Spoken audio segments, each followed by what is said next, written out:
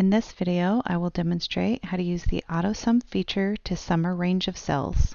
I'm going to click in cell F6. I want to add B6, C6, D6, and E6, and I want the result to be an F6. I'm going to select the drop-down arrow next to the AutoSum button, and I'm going to select Sum. You'll notice that Excel quickly identified the range that I would like to sum. Notice the formula reads equal sum, left parenthesis, B6, which is this cell, the colon, which stands for through, E6, which is the last cell.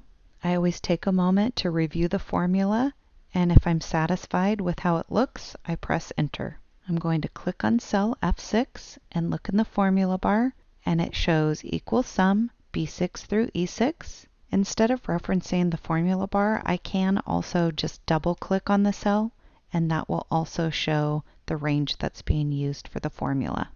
AutoSum is a pretty powerful tool. It can calculate multiple ranges at once. For example, I know that I want an AutoSum to be in F6, F7, and F8, so I can select that range.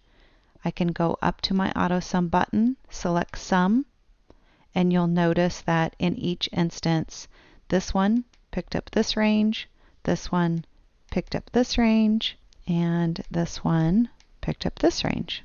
So that worked perfectly.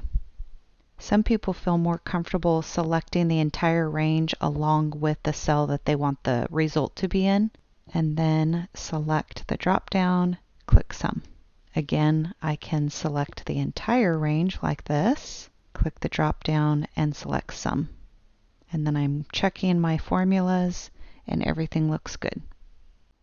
Thank you so much for watching this video. If you enjoyed the content, please click like and subscribe to my channel.